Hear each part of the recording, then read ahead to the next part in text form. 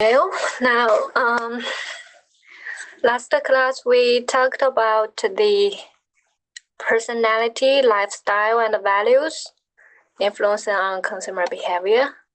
And today we'll move on to another important internal influencing factors, attitude. Let's share my screen.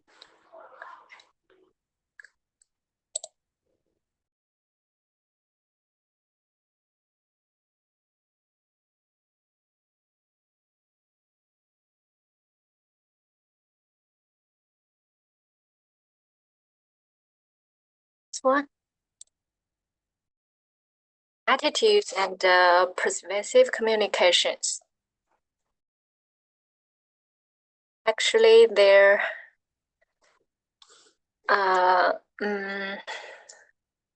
several classical attitude and behavior a series about the relationship between attitudes and behavior. And attitudes is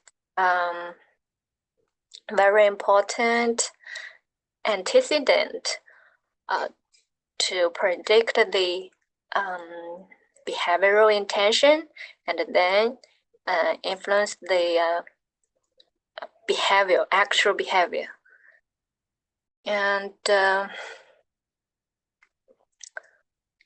today we are going to introduce what is attitude and the effects of attitude on consumer behavior, especially introducing some classic theoretical models. And first of all, let's have a short overview on this topic. And first of all, we should know it is important for consumer researchers to understand the nature and power of attitudes. Attitudes are more complex than they first appear. And we form attitudes in several ways.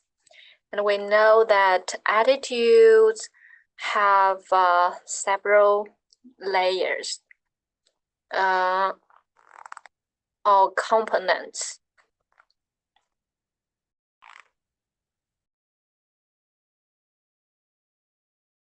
A need to maintain consistency among all of our attitudinal components often motivates us to alter one or more of them.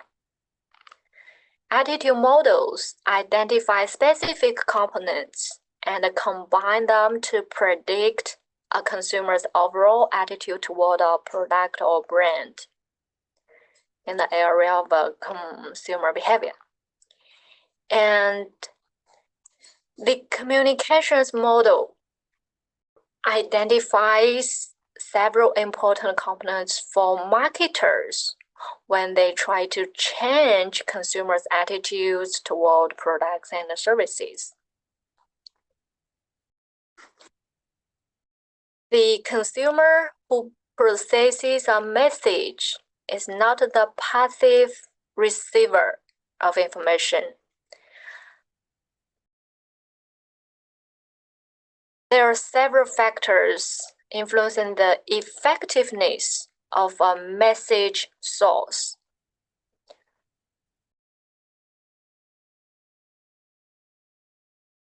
The way a marketer structures his or her message determines how persuasive it will be. So not the message itself.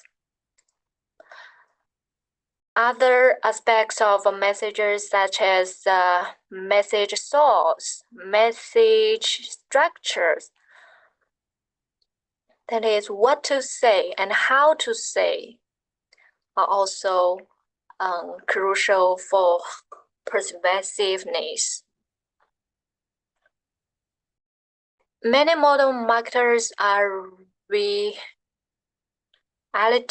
engineers.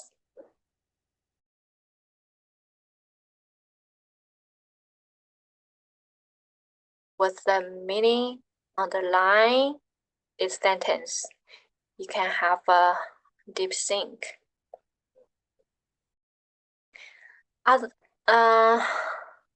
In addition, audience characteristics help to determine whether the nature of the source or the message itself will be relatively more effective. Now we had the first part, attitudes. What is an attitude? It is a lasting general evaluation of a people, objects, advertisements, or issues, and so on.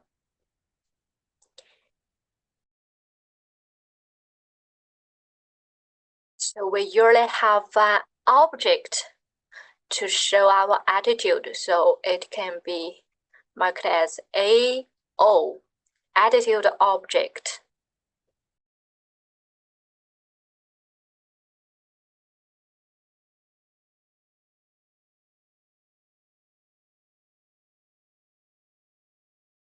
There are several classic theories on the attitudes. Here is the functional theory of attitudes.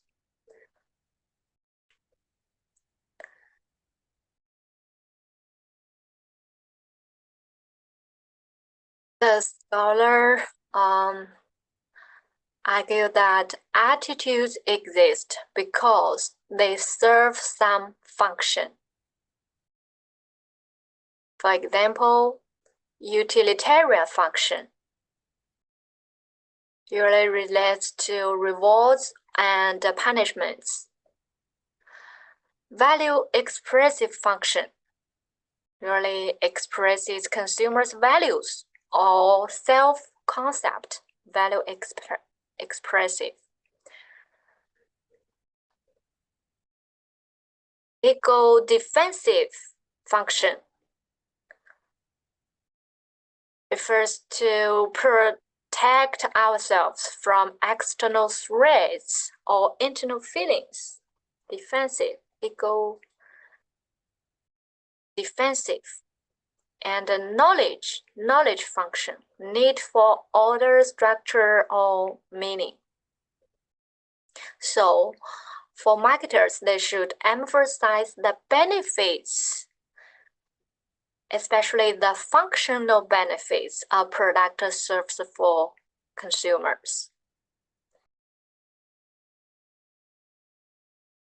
ABC model of attitudes. Here, ABC means the three components of attitude. And the scholar says that attitude has three components: affect, behavior, and cognition. Affect is the way a consumer feels about an attitude object. Behavior,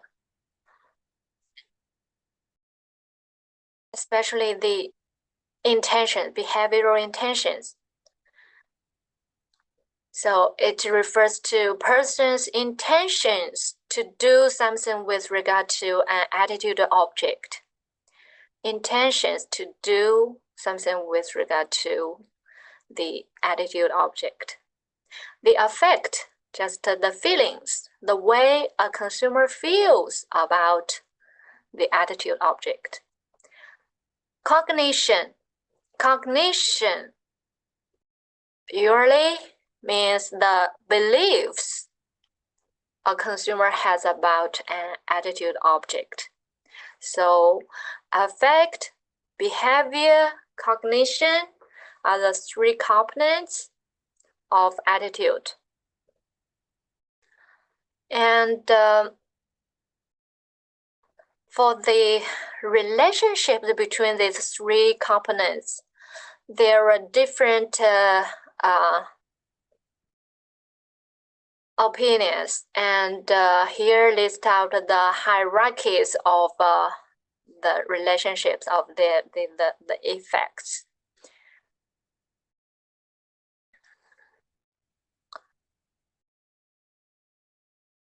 The impact or importance of attitude components depends on consumers' motivation toward the attitude object.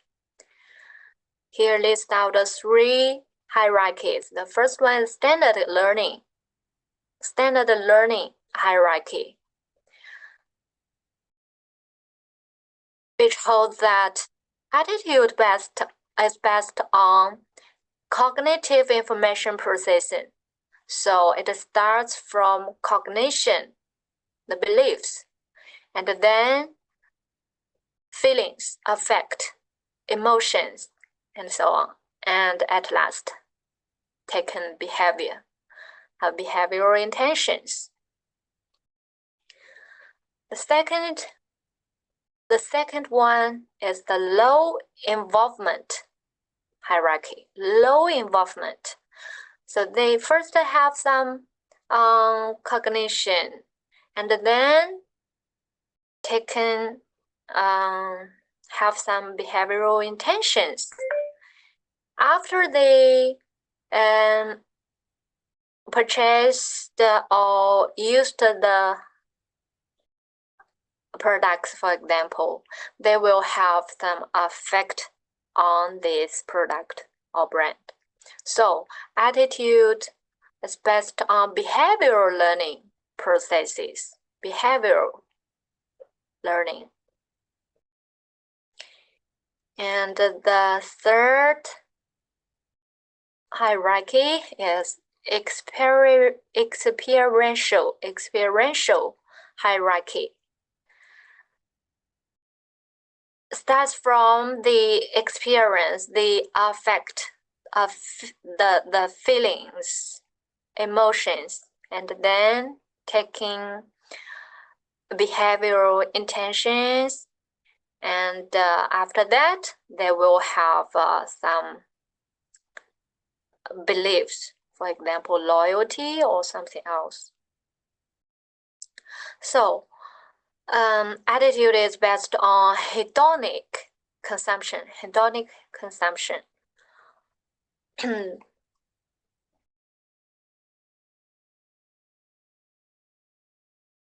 Each hierarchy shows the different relationships between these 3 components of attitude, and they're based on different theories, different information processing. The first one is based on cognitive information processing, just the standard learning. And the second one, behavioral learning with low involvement. The third one is based on hedonic consumption, based on the experience.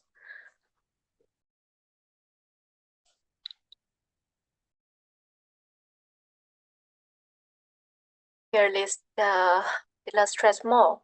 Standard learning hierarchy starts from think, and then feel, and at last do. So they will result in strong brand loyalty. And they assume that consumers have high level involvement. For example, they are usually technology experts. They know more about the technology than others, and they have more knowledge on the attitude object. They will look for more information about the product or brand, and they usually pay attention to the advertisements of this kind of products. So consumer involved more in this category, this product category, and they have cognitive information processing first, and then they will take it into action. So they will result in strong brand loyalty. Low involvement hierarchy from think to do and then feel.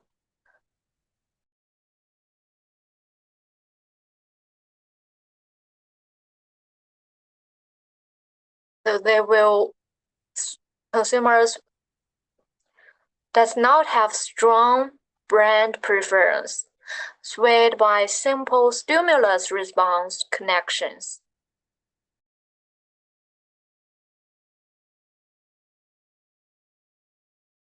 Experiential, cognitive affective model. Hedonic motivations and moods.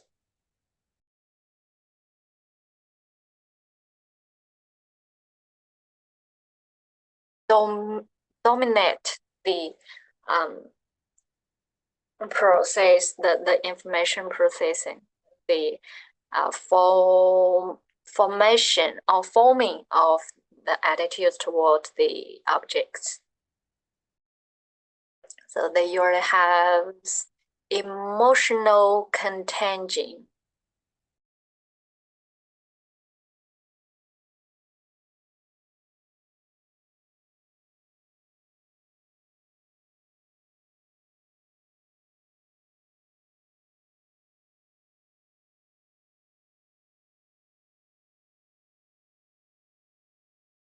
Today we are facing lots of information, especially the business information, the messages from marketers. How do we form attitudes? We form an attitude in several different ways. And depending on the particular hierarchy of effects that operates, it shows just 3 kinds of hierarchy. We may form an attitude toward a brand due to classical conditioning, learning, one of the learning theory. Do you still remember classical conditioning? A marketer repeatedly pairs an attitude object with a catchy jingle. Or we can form an attitude due to instrumental conditioning, another learning series. Instrumental emphasize the reinforcement. So the marketer reinforces us when we consume the attitude object. And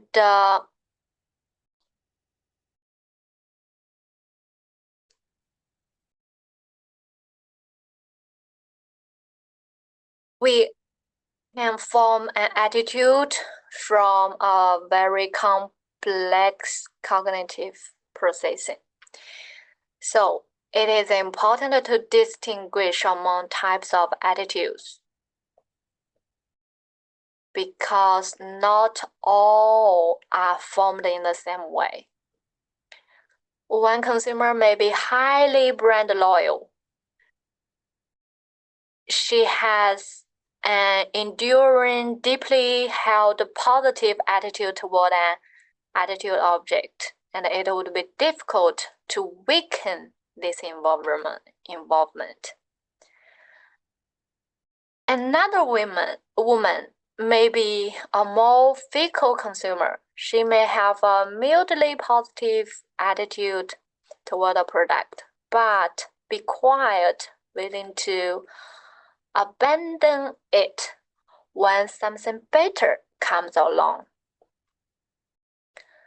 So we should know this logic. And we often form product attitudes from its advertisements. We form attitude toward the advertiser, the evaluations of the advertisement execution, and the evoked mood by this advertisement, and the arousal effects on consumers, and the viewing context. All of these factors can influence the formation of the attitudes from the advertisements.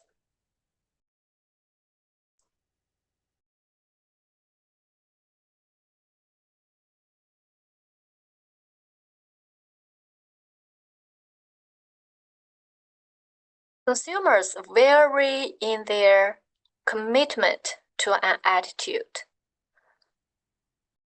The degree of a commitment relates to their level of involvement with the attitude object. And there are 3 levels, increasing levels of commitment. The first one is from the lowest, compliance, the lowest level of involvement.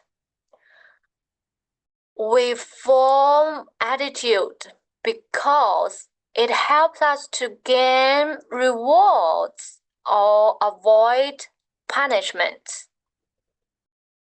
This attitude is very superficial. It is likely to change when others no longer monitor our behavior or when another option becomes available.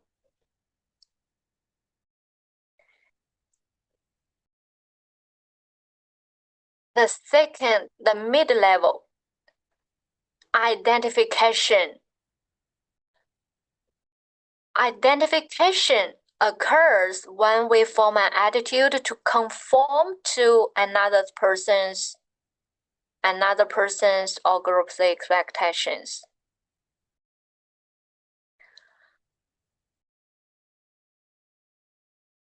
Actually, advertising that depicts the desirable social consequences when we choose some products of others will rely on the tendency of consumers to imitate the behavior of desirable models. So it's like the confirmation.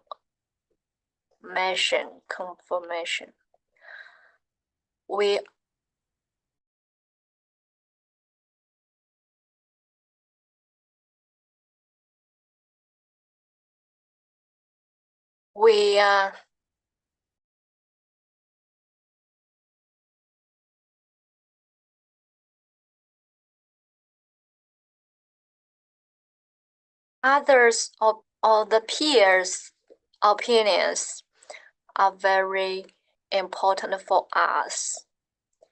And if one look heavily on others' opinions, then they will want to show higher conforming levels. They want to show desirable behaviors. The highest level is internalization,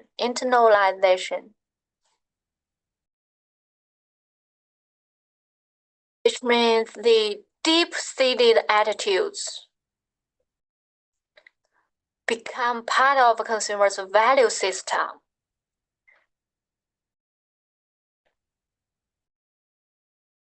These attitudes are very difficult to change because they are so important to us.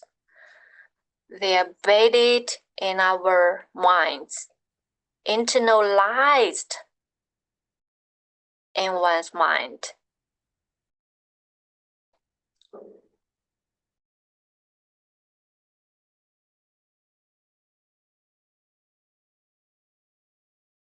According to the principle of cognitive consistency, we value harmony among thoughts, feelings, and behaviors. We will change components to make them consistent. If there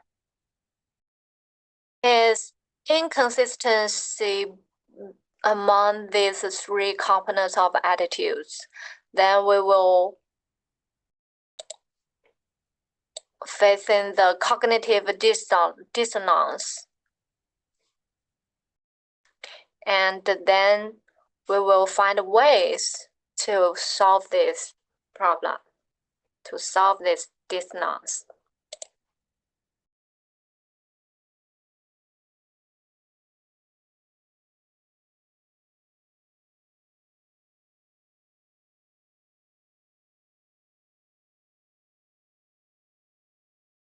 The theory of a cognitive dissonance states that when a consumer is confronted with inconsistencies among attitudes or behaviors, inconsistencies,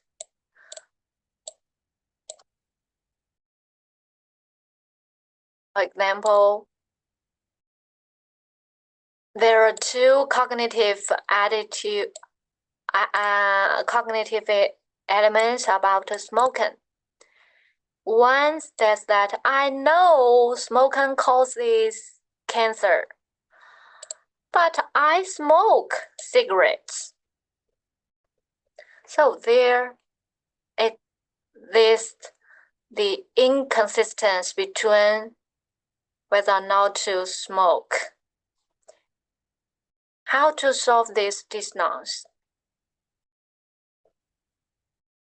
We can either satisfy urge to smoke or just stop smoking.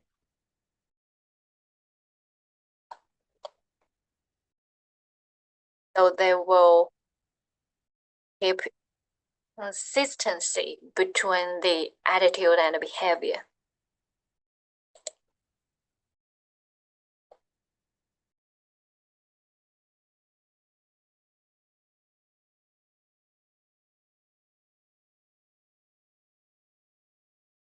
You can think about yourself, all the peers, relatives around you, and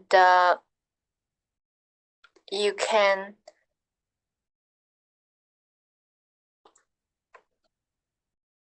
elaborate on why you do the behavior or why he or she, your peers or your classmates or your families members or your relatives or your neighbors, why he or she does the behavior.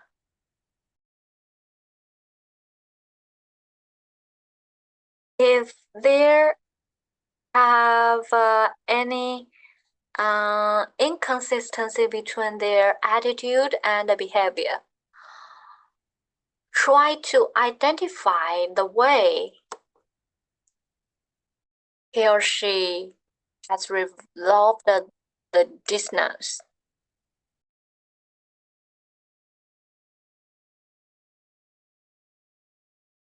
For example, the attitudes toward healthy eating attitude toward the materialism, and so on.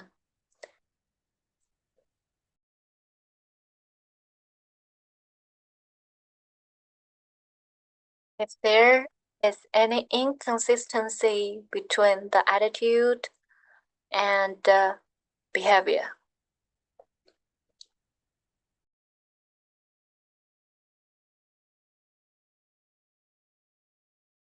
you find any way to solve this dissonance?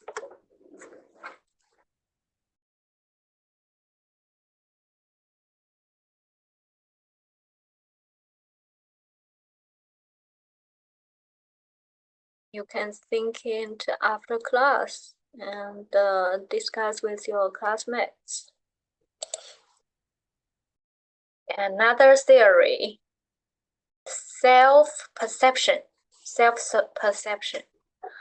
We use observations of our own behavior to determine what our attitudes are.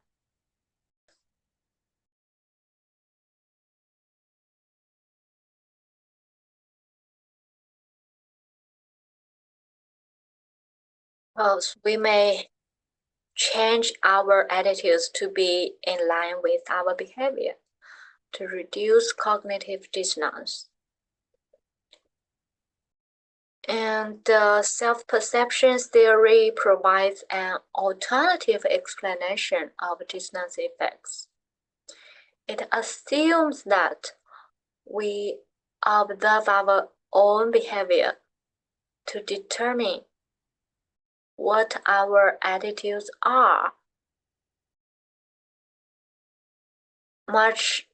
And we assume that we know what another person's attitude is when we watch what he does. This theory states that we maintain consistency as we infer that we must have a positive attitude if we bought or consumed it.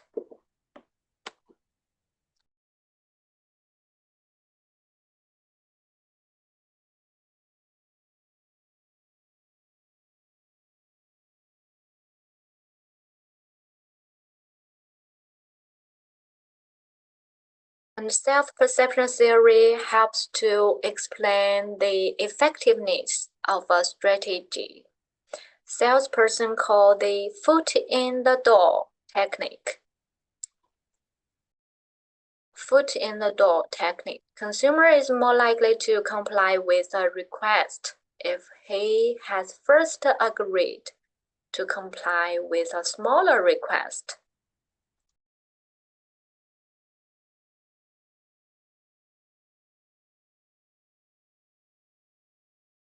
And this technique comes from the practice of door-to-door selling. We knocked the door and the host answered the knocking, and then we can ask for more. So this is foot in the door. Low ball technique. Person is asked for a small favor and is informed after agreeing to it, and it will be very costly. So in the face. Person is first asked to do something extreme, which he refuses, then asked to do something smaller.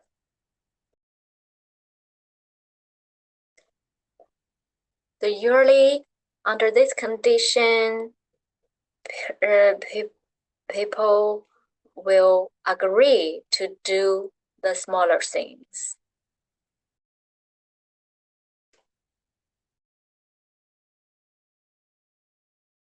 Social judgment theory also assumes that people assimilate new information about attitudes objects in light of what they already know or feel. The initial attitude acts as a frame of reference, and we can categorize new information in terms of this existing standard.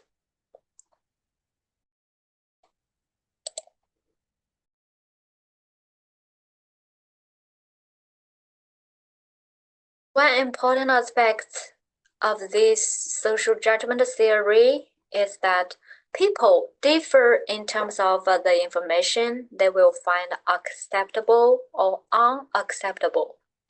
They form latitudes of acceptance and rejection around an attitude standard. They will consider and evaluate ideas falling within the latitude favorably, but they are more likely to reject out of hand. So for marketers, they will use assimilation and contrast effects. Choosy mothers choose Jif peanut butter. And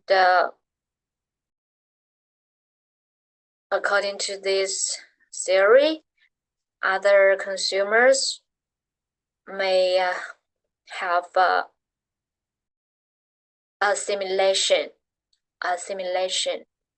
or assimilating attitude. Balance theory considers how a person perceives the relations among different attitudes objects and how he or she alter attitudes so that these remain consistent or balanced. There are three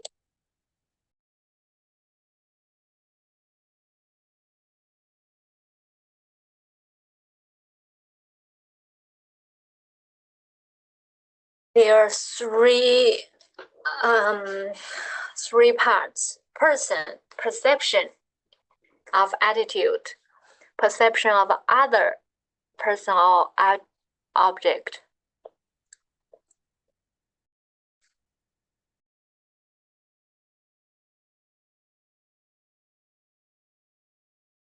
Balance theory involves relations among these three elements. It's like a triad.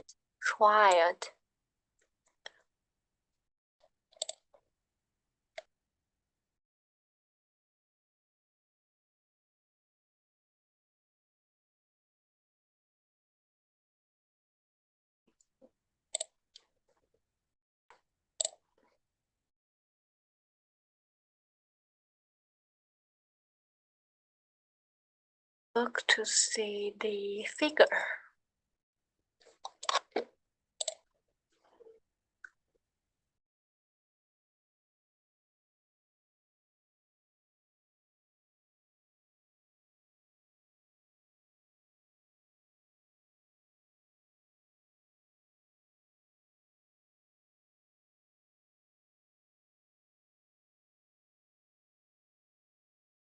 Now this figure illustrates the balance theory from the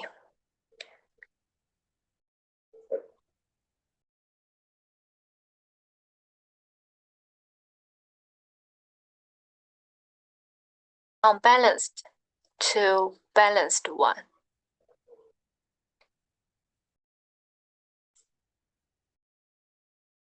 For example, Christine faces an unbalanced triad. She will experience pressure to restore balance by altering some aspect of the triad. How? He could decide what he does not like, then after all her liking for Dan could prompt her to decide that earnings on men are really pretty cool.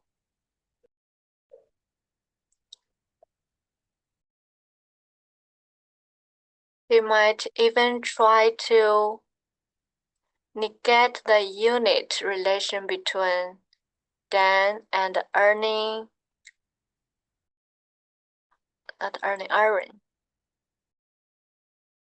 by deciding that he must wear it as part of a fraternity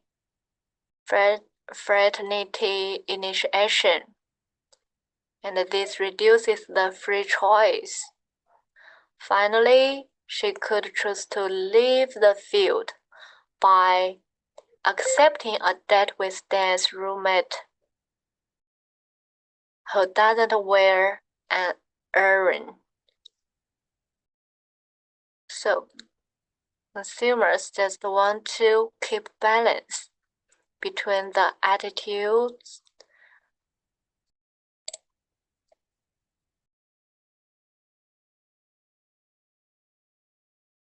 the person, the perception of an attitude object, and perception of other person or object. And these perceptions could be positive or negative.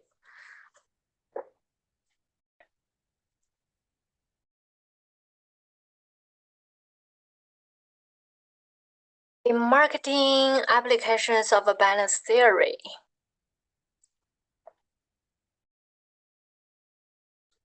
balance theory reminds us that when we have balanced perceptions, our attitudes also are like to be stable. And marketers can use celebrity endorsers of products to create positive associations.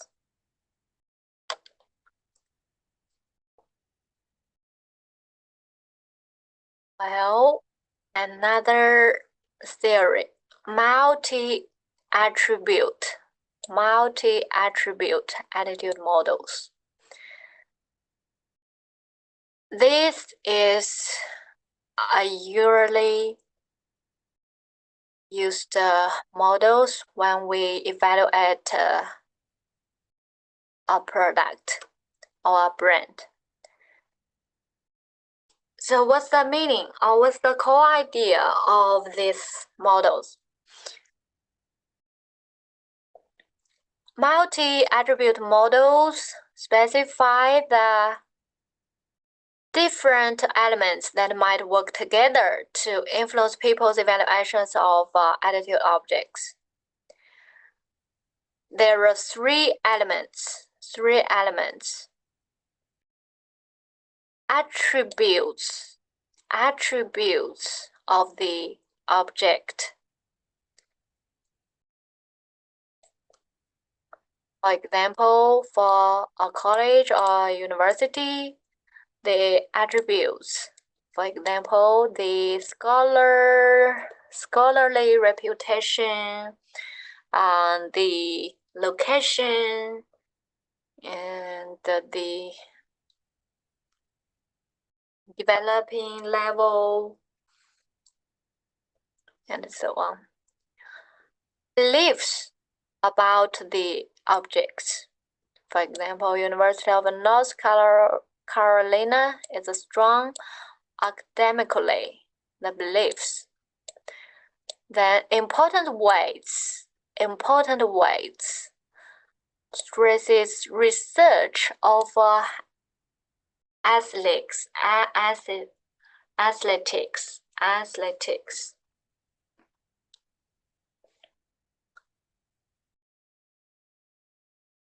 The very famous multi-attribute attitude model is developed by Fisherbean. So this is called Fisherbean model.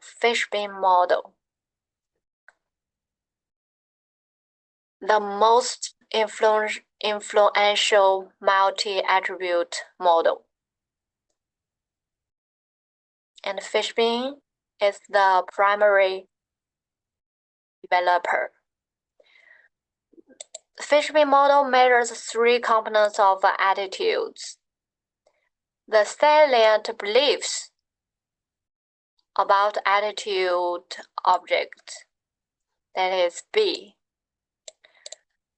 and the object attribute linkages, evaluation of each important attribute. So as you can see, the overall attitude score equals consumers' rating of each attribute, and importance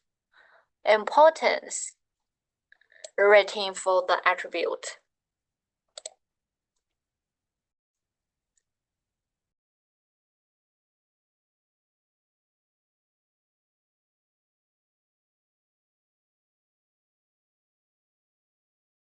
After all, we compute our consumer's overall attitude toward an object. And here the IJK means the attribute, brand, and consumer. IJK. And the I is the importance weight given attribute I by consumer K. Here the uppercase I, the big I, means the importance weight. IIK means the importance weight given attribute I by consumer K,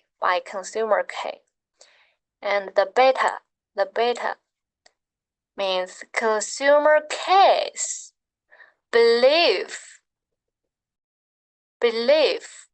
regarding the extent to brand J possesses attribute I. And after all, the A means the overall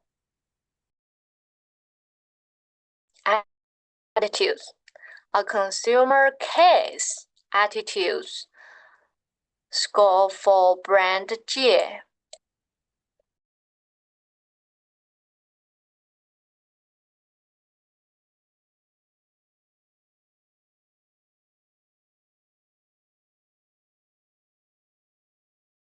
So we can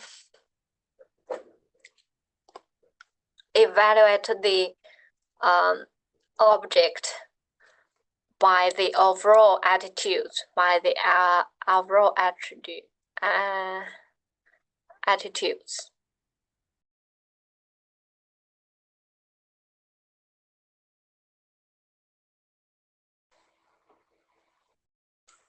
Now we have illustration. Here, attribute of a college. Suppose we want to predict which college a high school senior is likely to attend. And the high school senior, Sandra,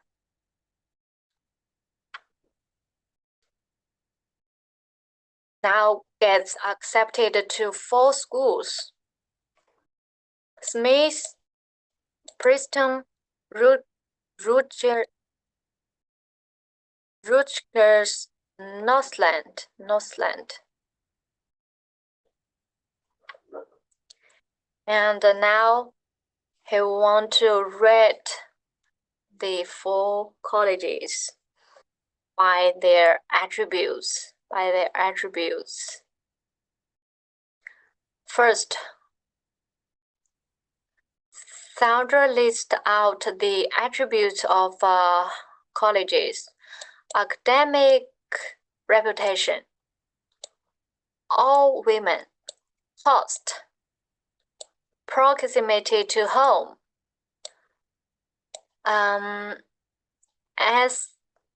athletics, party atmosphere, library facilities,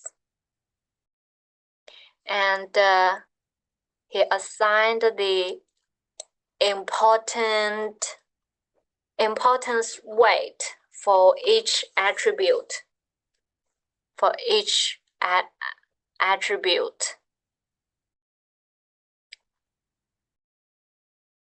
And then we can ask Sandra to assign a rating regarding how well each college performs on each attribute.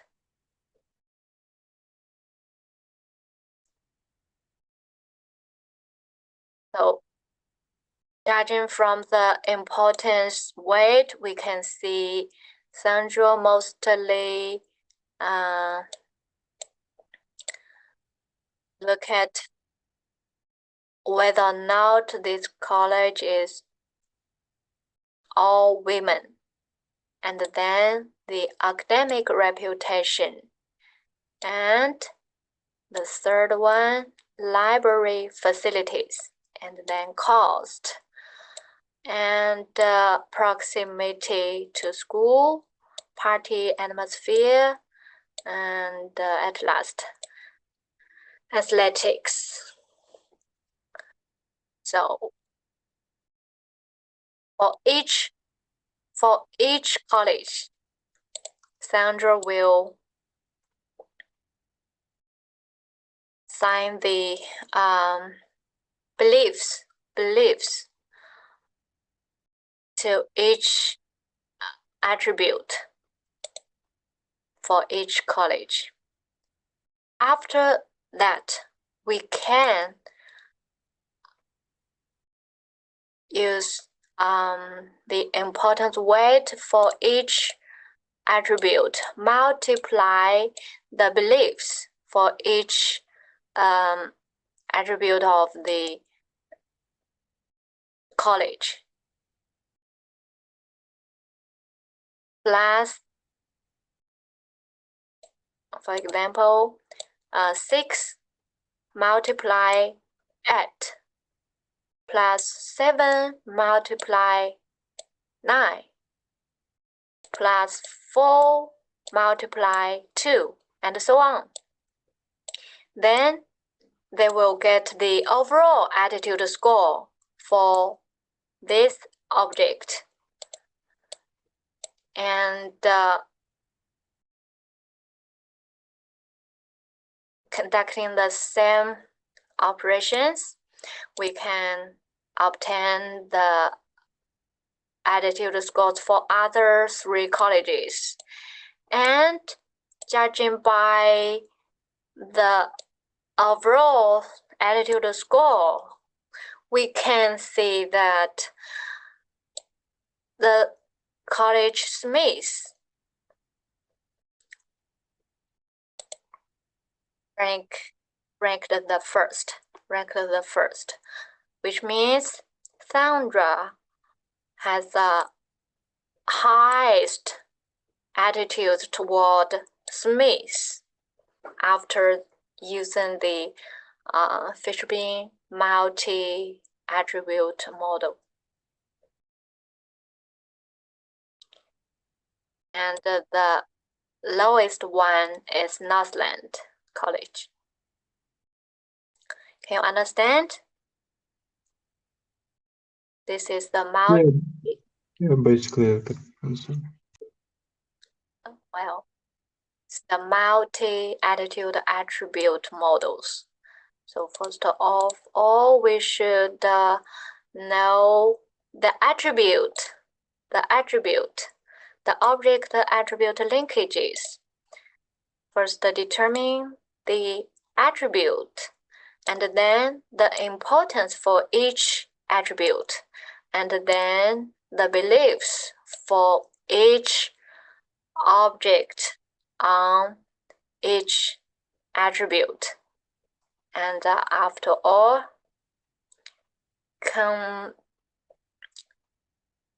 calculating the overall attitude scores, and then compare them to help the consumers to make the choice decision. Okay. The marketing applications of a multi-attribute model. First one, capitalize on relative advantage. Convince consumers that particular product attributes are important. The second application, strengthen perceived product attribute linkages. If consumers don't associate a certain attribute with the brand, make the relationship stronger.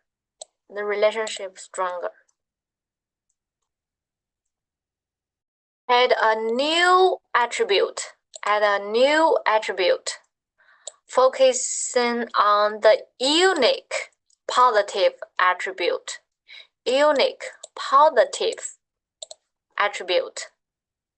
that the consumer has not considered.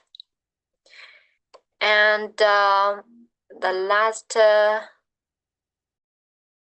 method is to influence the competitors' rating. For example, you can decrease the attributes of competitors. Their comparison advertisements in USA, but the comparison advertisement in China is illegal. Okay, now let's have a short break, and after that we'll introduce some popular attitudes series, especially to using attitude to predict behavior.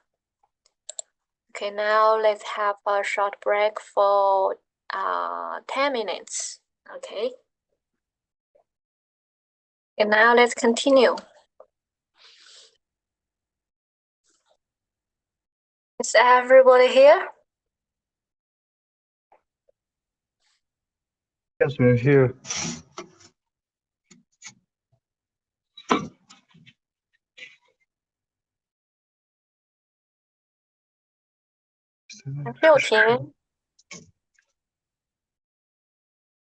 Okay, now let's continue to introduce the attitudes models. And just now we illustrate the fishbean model. Now we move to an extended fishbean model. Theory of reasoned action.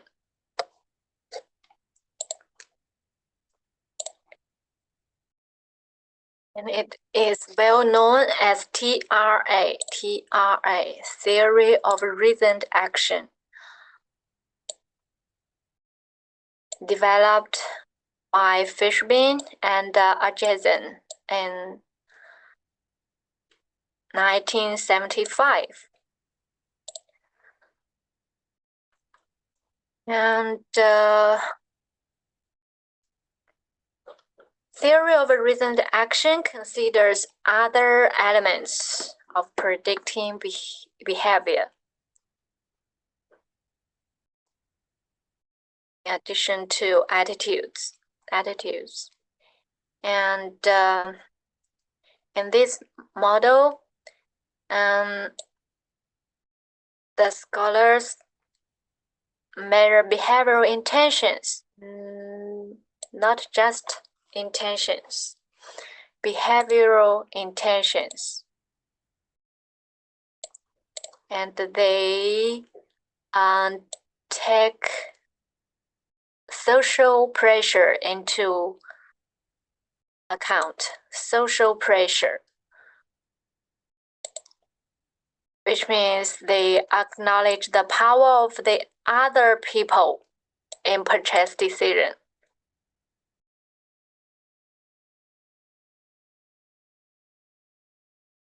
And the attitude toward buying, attitude toward the act of buying, not just the product.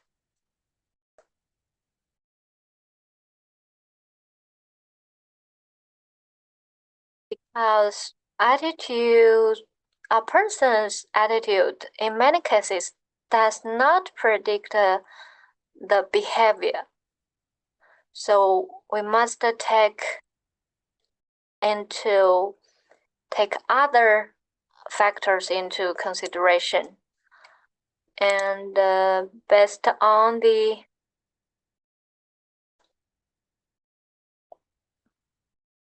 Fishman model, and address the questionable linkage between attitudes and behavior.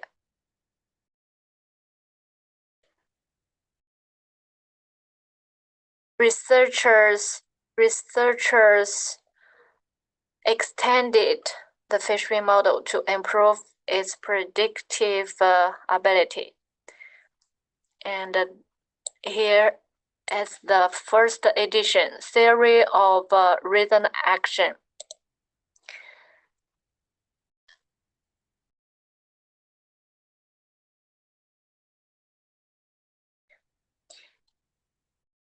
And there are many applications of this theory of actions.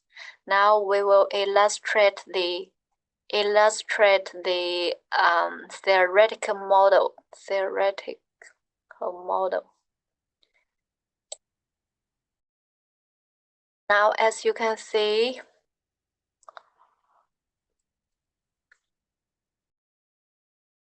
beyond attitude towards the behavior, Fishman and adjacent added subjective norm to predict a behavioral intention together and then predict the actual behavior. And the antecedents of attitude towards behavior include the beliefs and the evaluations. The antecedents of a subjective norm includes normative beliefs and motivation to comply to others.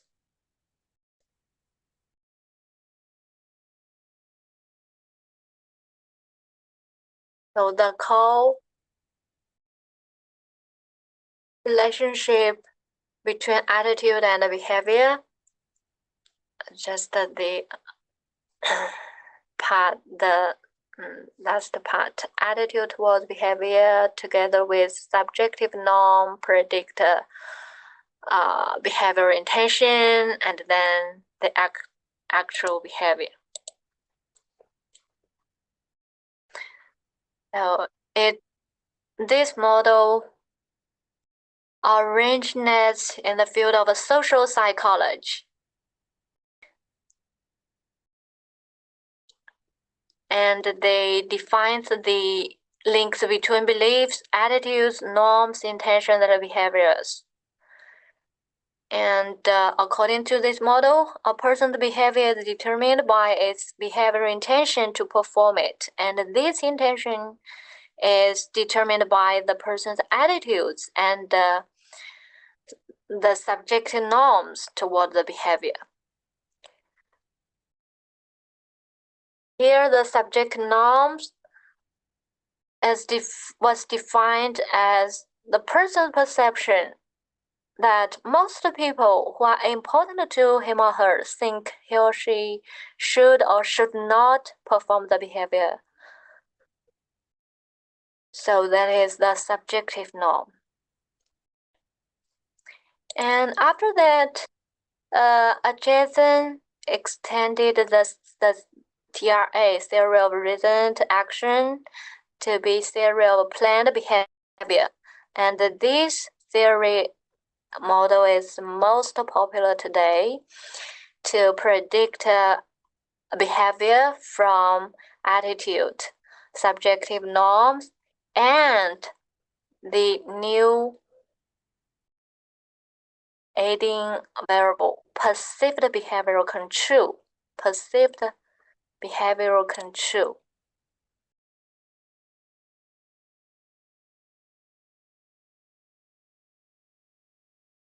And the explanation abilities increased a lot from TRA to TPB after considering the perceived behavioral control. So what is perceived behavioral control?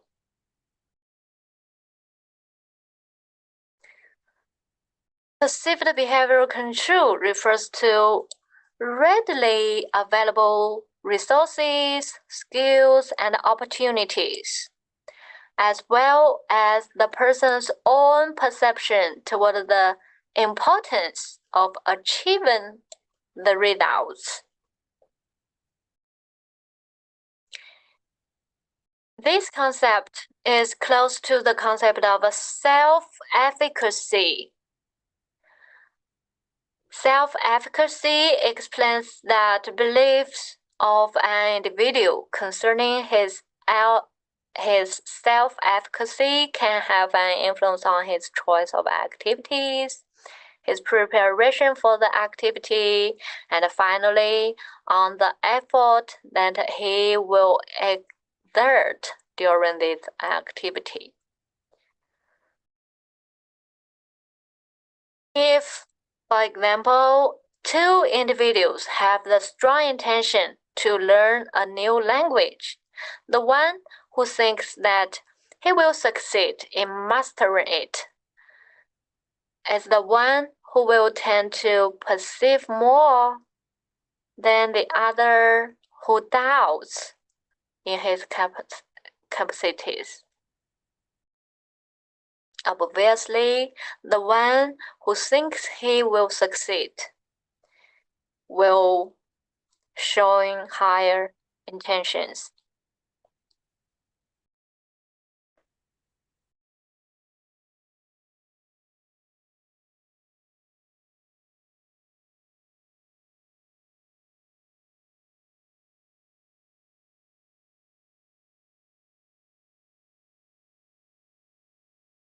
And after that, Davis, based on the TRA,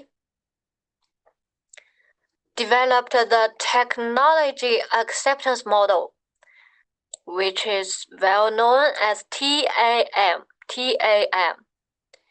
Deals more specifically with the prediction of the acceptability of an information system. And this technology acceptance model emphasizes the perceived usefulness and perceived ease of use, has effects on attitude and behavior intention to be used.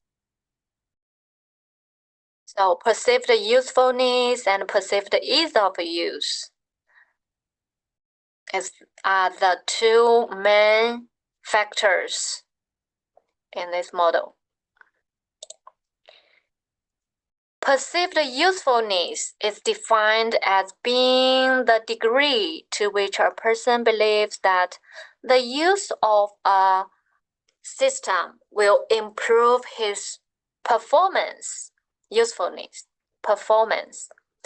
And perceived ease of use refers to the degree to which a person believes that the use of a system will be effortless, ease to be used.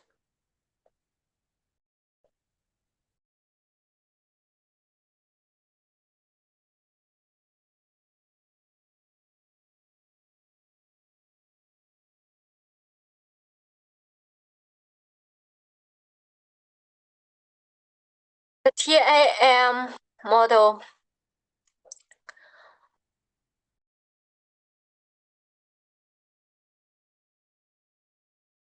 is very popular to predict the acceptance of information system. For example, the mobile bank, the new technology products.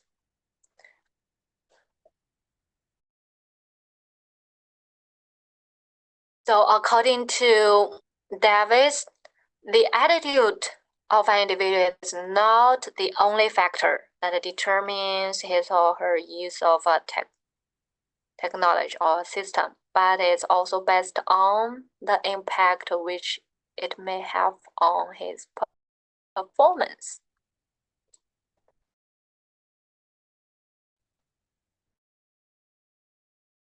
And what's more, the technology acceptance model hypothesizes a direct link between perceived ease of use and perceived usefulness.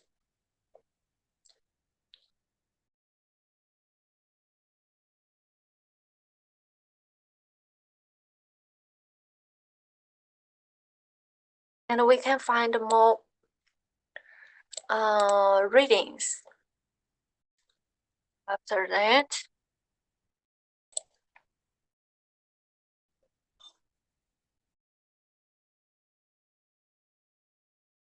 you can come to the attitude behavior relations. Attitude behavior in relations, a theoretical analysis and a review of empirical research to find more evidence of TRA. And then TPB, from intentions to actions, a theory of a planned behavior. And they published in 1991 the theory of a planned behavior on organizational behavior and human decision process. And some scholars conducted a review or meta-analysis of past research to illustrate the strong predictive ability of TRA or TPB.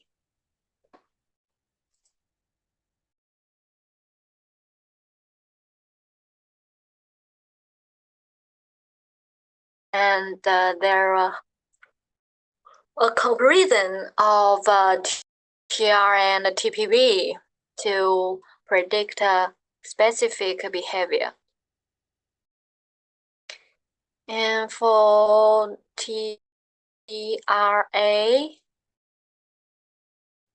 we have the corresponding readings: perceived usefulness, perceived ease of use, and user acceptance of information technology. User acceptance of information technology toward a unified view. And you can find that the unified view will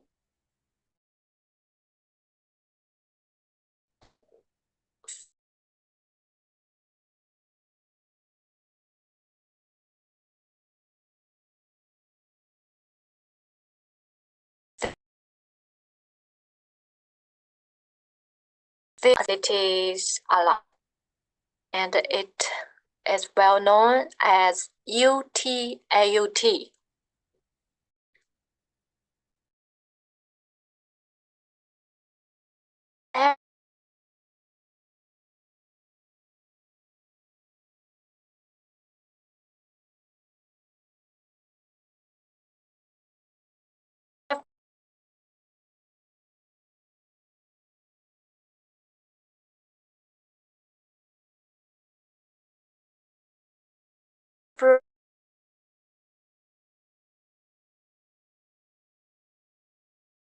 Well, this part is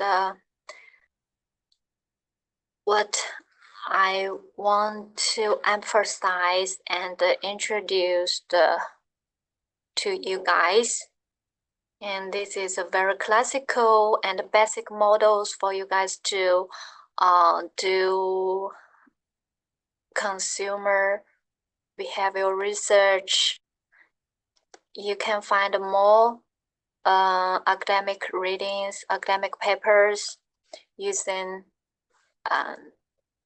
TRA, TPB, or TAM, and their extensions to predict behavior or behavior intention. So if you are interested in one topic,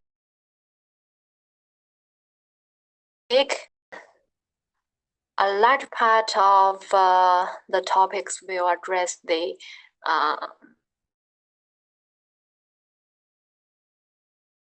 relationship. You can draw upon these classical and popular models, theoretical models, and you can add in more specific or more unsuitable factors to extend the theory, to extend the theoretical model, and it will be well evaluated last. So I highly recommend you guys to do your research based on the basic or classical theoretical models. So first of all, you should know well about these classic and popular models, and then you can think about the specific context you are interested in, and find more interesting or important explanatory factors to explain the specific behavior or the specific consumer behavior. So this is mainstream of the consumer behavior research. Another stream is to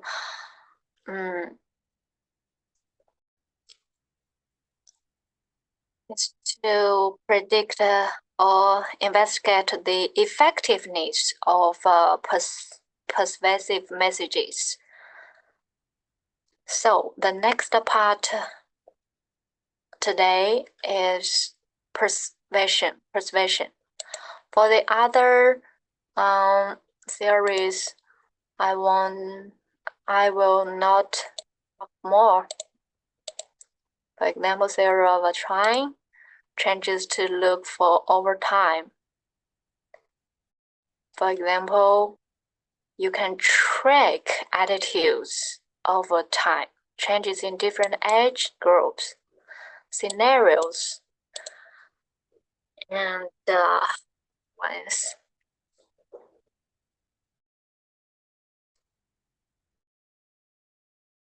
Now we move to the second part today, communication. we can change attitudes through communication, which is persuasion.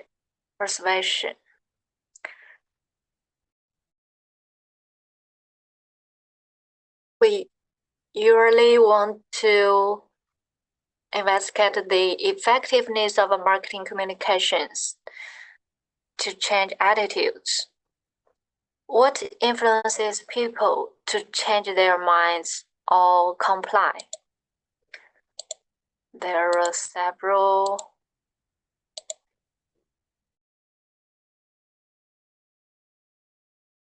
aspects. For example, reciprocity, scarcity, authority, consistency, liking, and consensus. And there are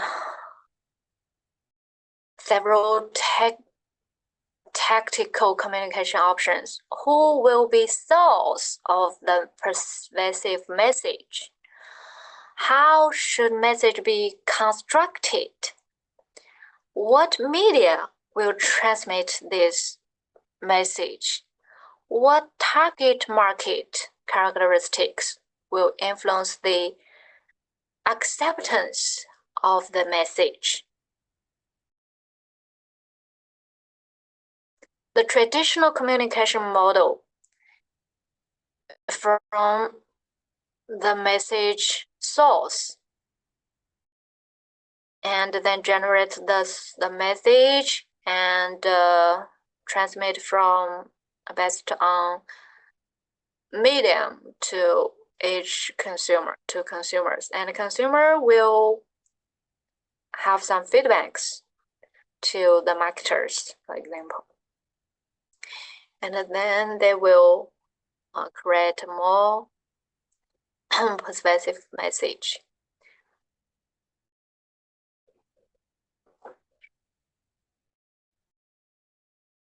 Now we are more relying on interactive communications today because of the development of internet, especially the mobile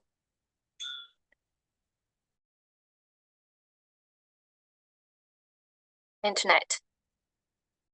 And consumers have many more choices available and greater control to process messages.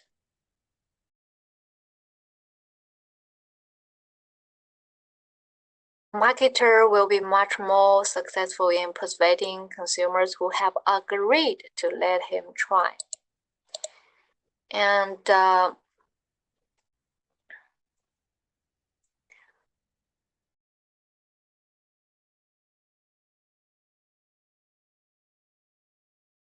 the permission marketing acknowledges that a marketer will be more successful when he communicates with consumers who have already agreed to listen to him.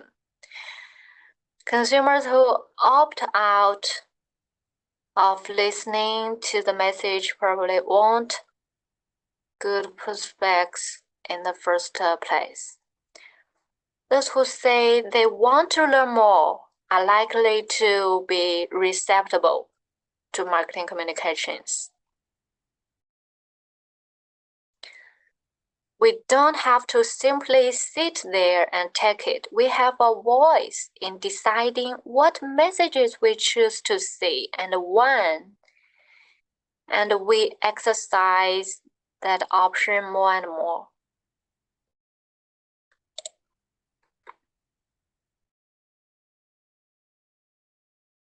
And now consumers are proactive in communication process. There are different medium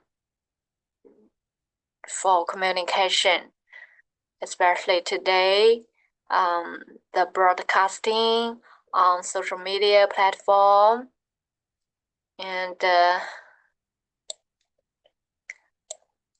the communication forms are taken various forms. Now we can see new forms,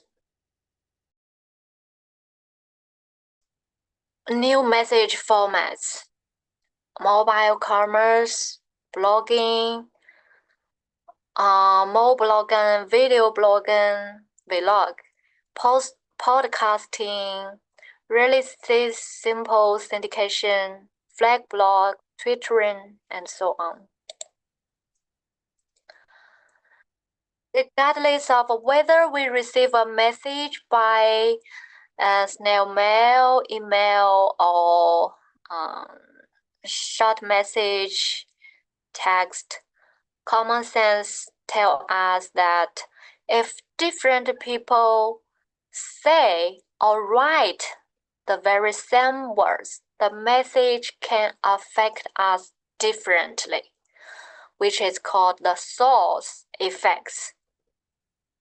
A source, often a spokesperson in an advertisement. The source can be chosen because she is expert, famous, attractive, or a typical consumer. And there are two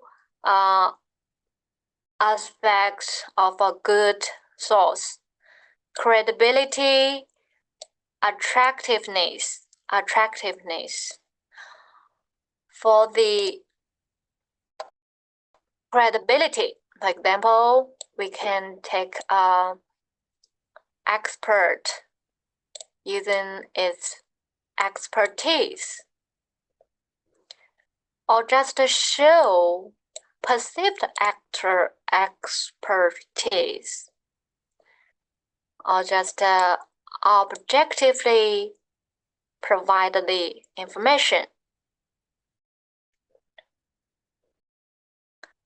For the attractiveness, marketers can employ the movie star or supermodel to say or to show the product he or she uses.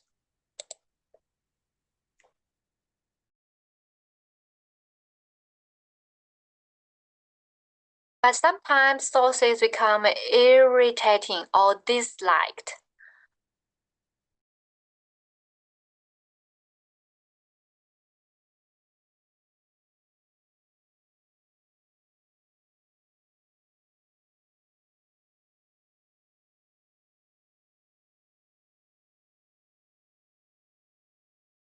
And over time, disliked sources can still get a message across effectively.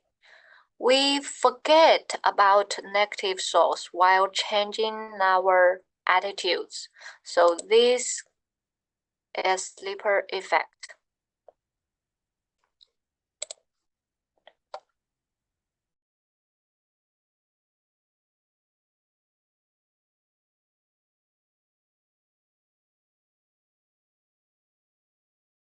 If the source has a bias, the persuasiveness of the message should be weakened.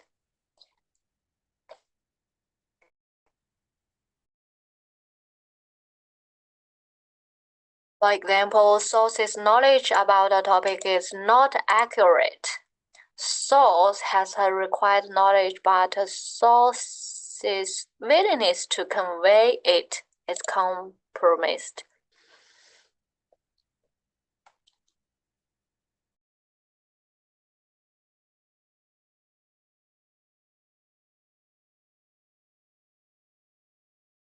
And we should know that what is credible to one consumer segment may be a turn-off to another.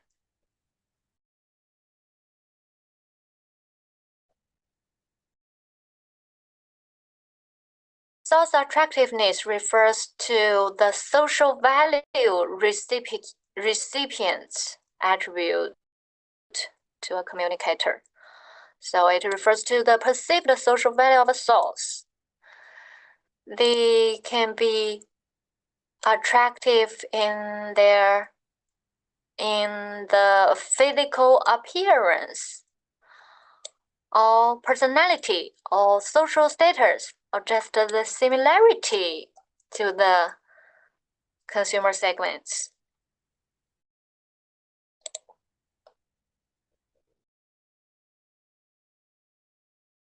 Our society places a very high premium on physical attractiveness, and we assume that good-looking people are smarter, hyper, and happier than the rest of us. This is known as what is beautiful is good. So there's a halo effect, which occurs when we assume that people who rank high on one dimension excel on others as well.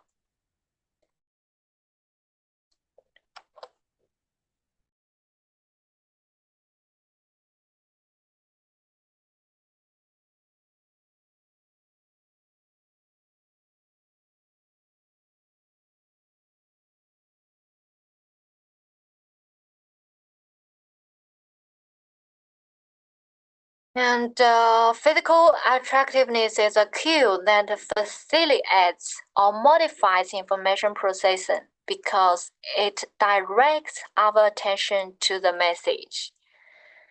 Consumers pay more attention to ads that contain attractive models. So beauty is one of the sources of information, especially when the advertised product actually enhances attractiveness or sexuality. And the social adaptation perspective assumes that the perceiver weights information more heavily. If he or she feels it will help him or her to evaluate the subject of a message.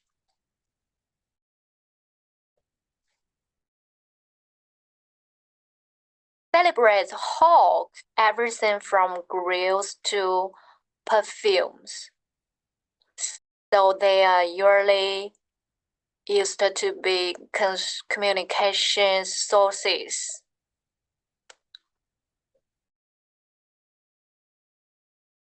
Famous faces capture attention and are processed more efficiently by the brain. They can enhance company image and brand attitudes.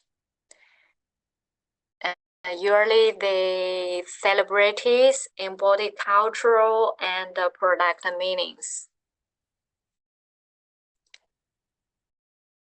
When the celebrity's image match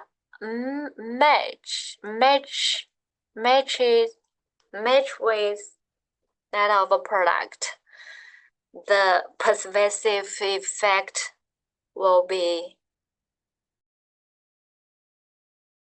higher. But if there is mismatch between the celebrity's image and that of a product, so the pervasive effect will be lower down. Sometimes advertisement will use non-human endorsers.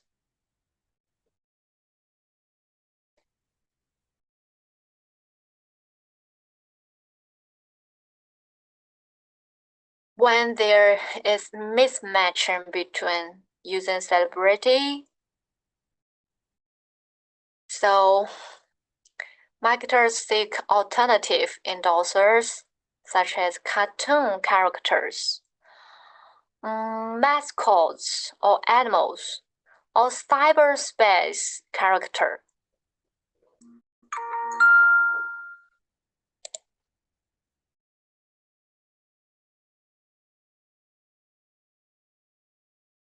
Besides the source of the message itself will have an influencing effect on the persuasiveness.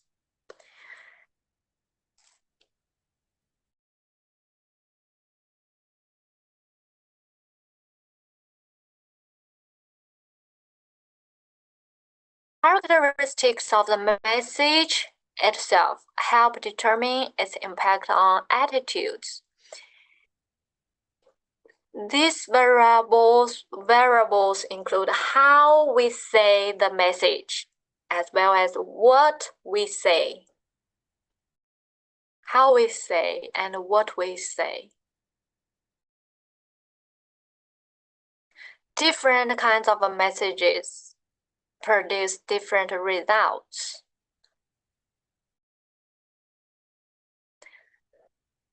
The most effective fundraising appeals stressed the benefits that contribution to the station would provide to others in the community rather than to the donor, and they evoked negative rather than positive emotions.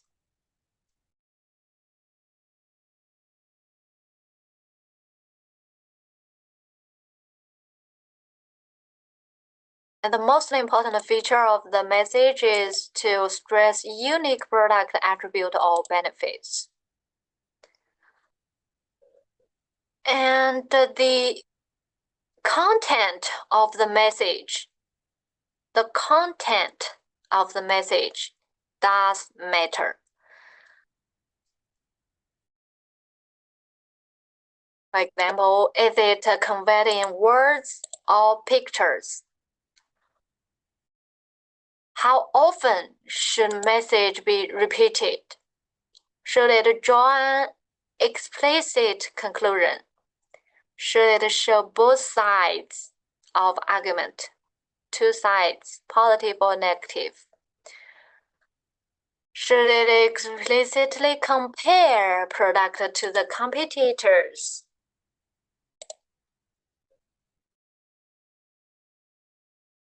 After that, then we should send the message to the target market. How do we send the message? Visual or verbal? Visually or verbally?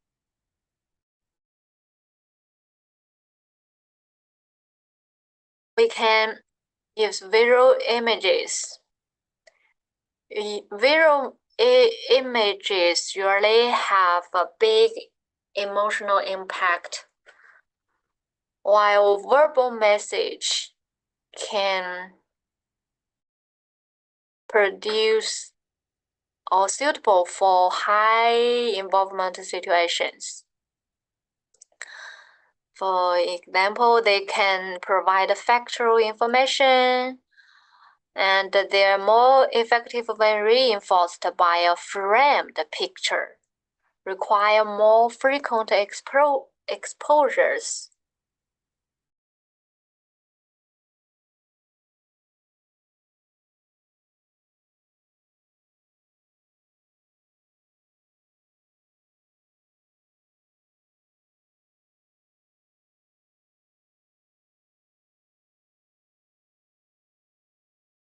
And their studies explore the repetition, how many, the frequency of message sending, and the persuasive effect.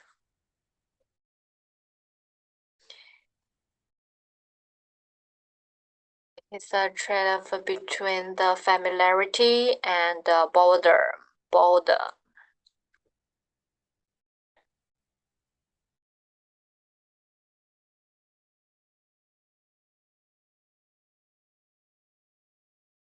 In terms of how do we structure the argument, one-sided or two-sided message arguments. One-sided means only use supportive arguments while two sides use both positive and negative information.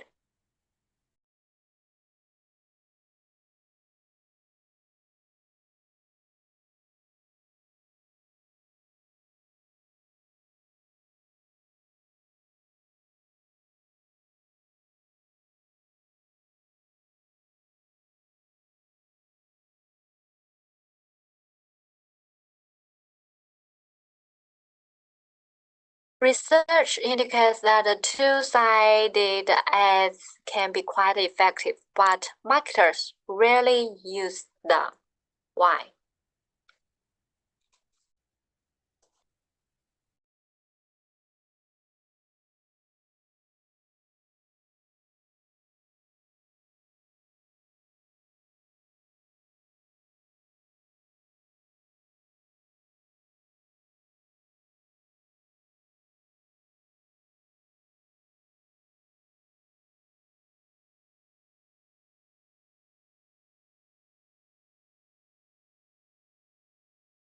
When the audience is well educated, a two-sided strategy appears to be most effective.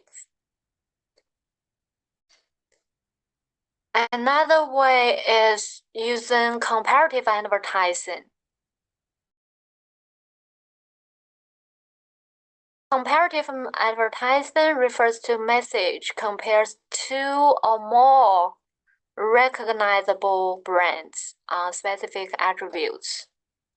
For example, unlike McDonald's, all of Arby's chicken sandwiches are made with 100% all-natural chicken.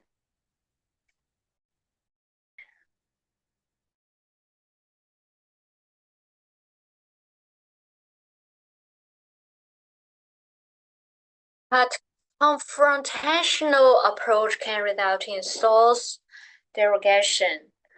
So an ad for a new product should not merely say it is better than leading brand. It should not compare itself to an obviously superior competitor.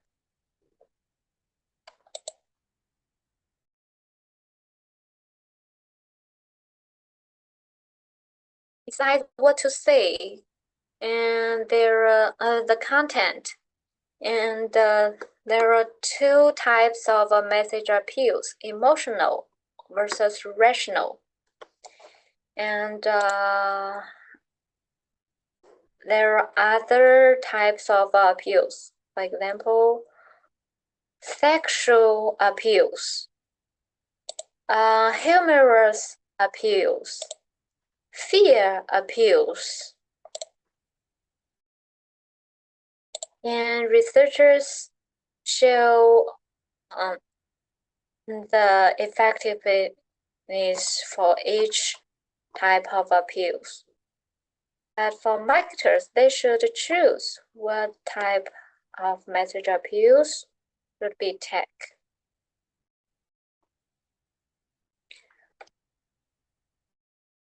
Many companies use an emotional strategy when consumers do not find the differences among brands. Because of ad contents tend to be better for thinking ads. So the emotional or rational appeals suit for different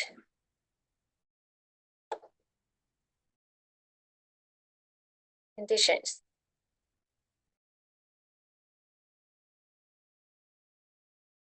The prevalence of sexual appeals varies from country to country. So, according to different cultural background, it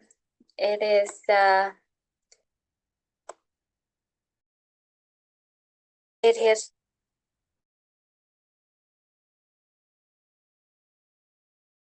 not the same condition to use the sexual appeals. Some countries will not allow the women to show their faces or their bodies, their arms or legs. But in many Western countries, the sexual models are usually show their bodies, so the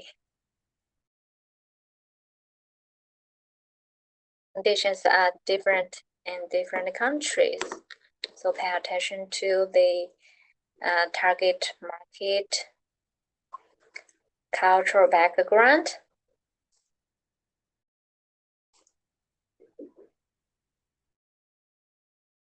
Ironic as draw attention, but strong sexual imagery may make consumers less likely to buy,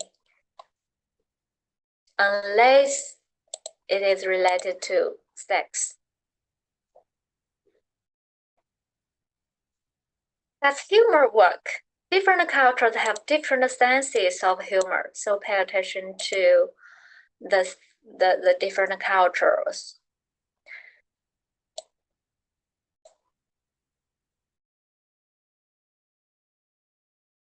In many cases, humorous advertisements can get attention.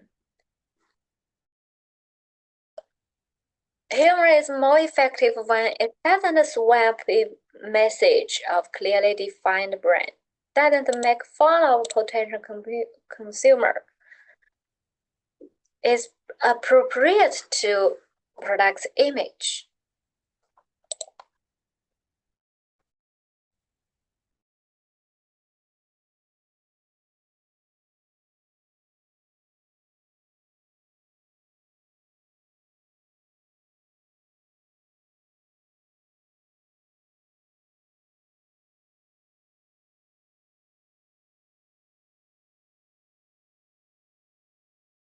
An undertaker or a bank might want to avoid humor. Fear appeals emphasize the negative consequences that occur unless the consumer changes behavior or attitude. And it's common in social marketing. Fear appeals are most effective when threat is moderate, solution is presented, source is highly credible.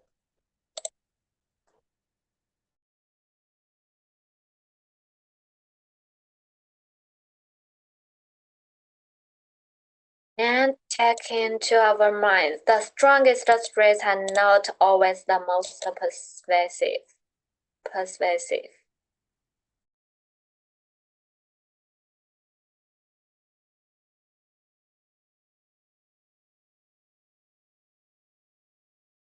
That's the one.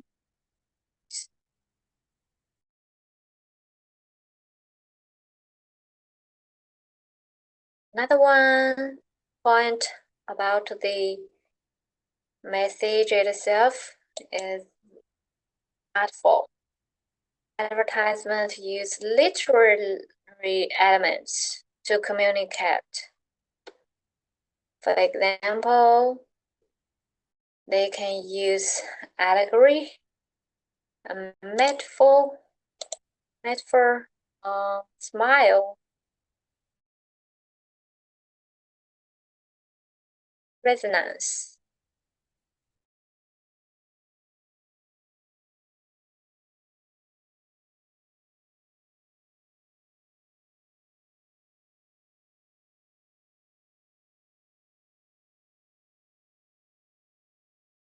Story presentation.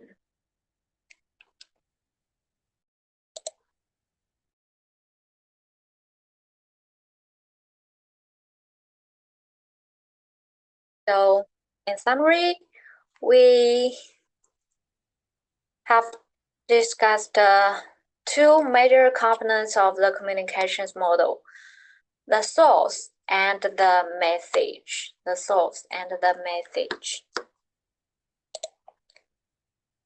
And we should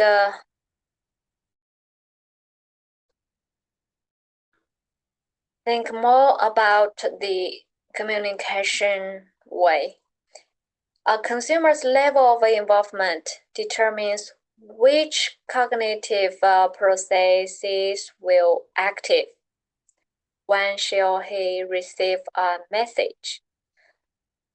And the elaboration likelihood model of persuasion assume that when consumers receive message, they begin to process it. When consumers are highly involved, they will use cognitive information, but when they have low involvement level, they will take in the peripheral route.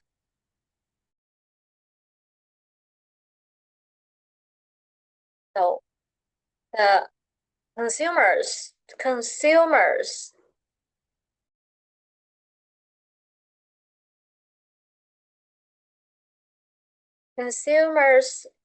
level of involvement plays a crucial role in the understanding or processing of the message they received.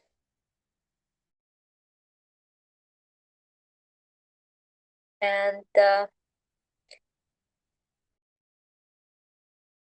under conditions of a high involvement processing, we take the central route persuasion. What is the central route? We firstly act the cognitive responses, and then to form belief and attitude. Change the attitude, and then change the behavior. Under conditions of a low involvement, we take a peripheral route. And we first change the belief, and then change their behavior, and at last change their attitude.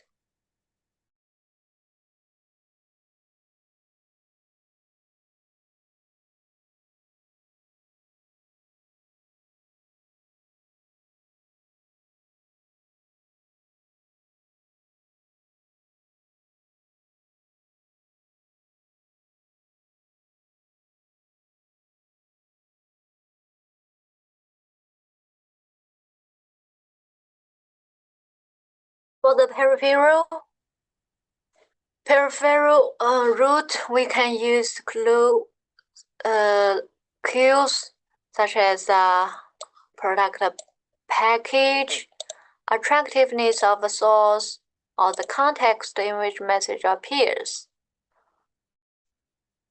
So these are extraneous to the actual message. So they are peripheral cues because they surround the actual message.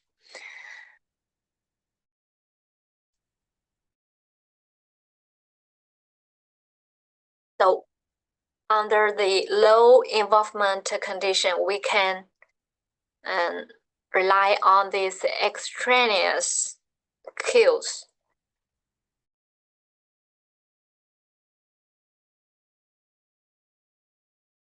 Especially use the attractiveness of the source to attract consumers.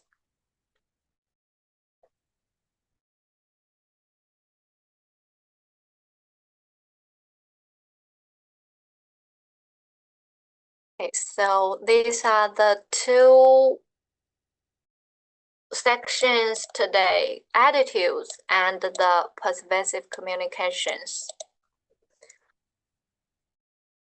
And we introduced the power of attitude, the components of attitudes, and the theories of attitudes, especially the formation of attitudes and predict behavior based on attitude.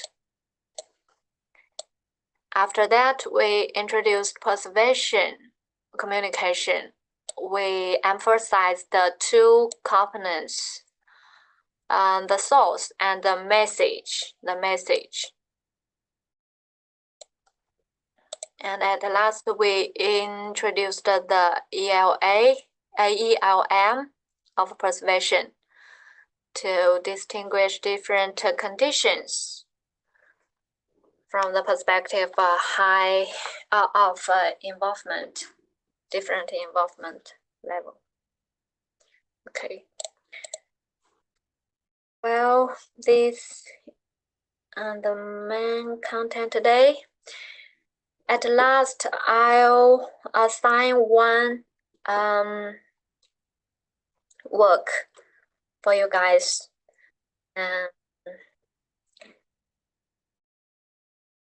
Next class, we may have a presentation. You can present a previous article I shared in our WeChat groups, or you can search for one interesting one academic paper you are most interested in, and to present. When present the academic paper, you should make clear the research questions, the research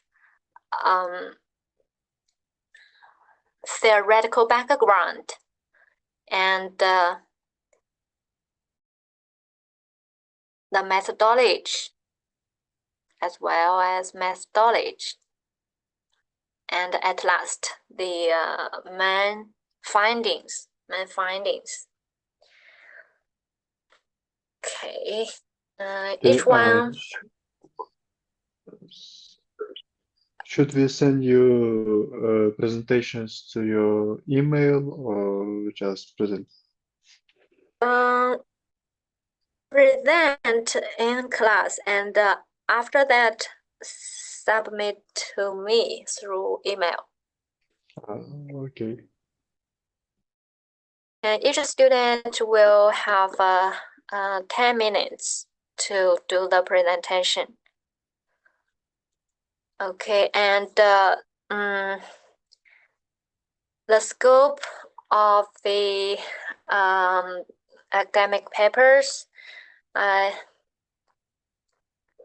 related to the internal factors of consumer behavior, which are what we have learned before, right?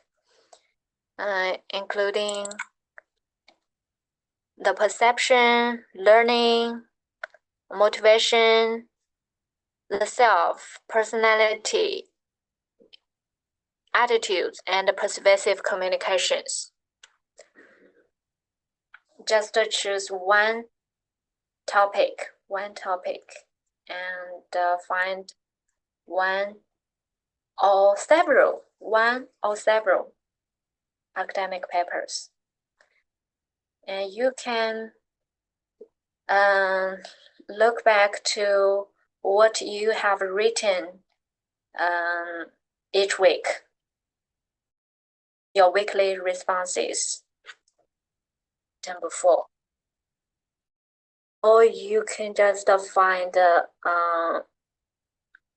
one academic paper I shared in our WeChat group. But I prefer the newest publication in, for example, Journal of Consumer Research. Okay, related to the internal internal influencing factors of consumer behavior. Okay. Any questions?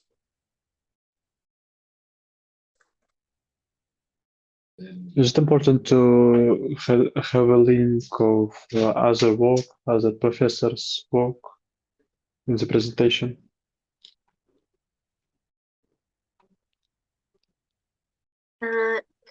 It should be the work, yeah. Okay. You can do the work. You can only do the work this Okay. week. Thank you.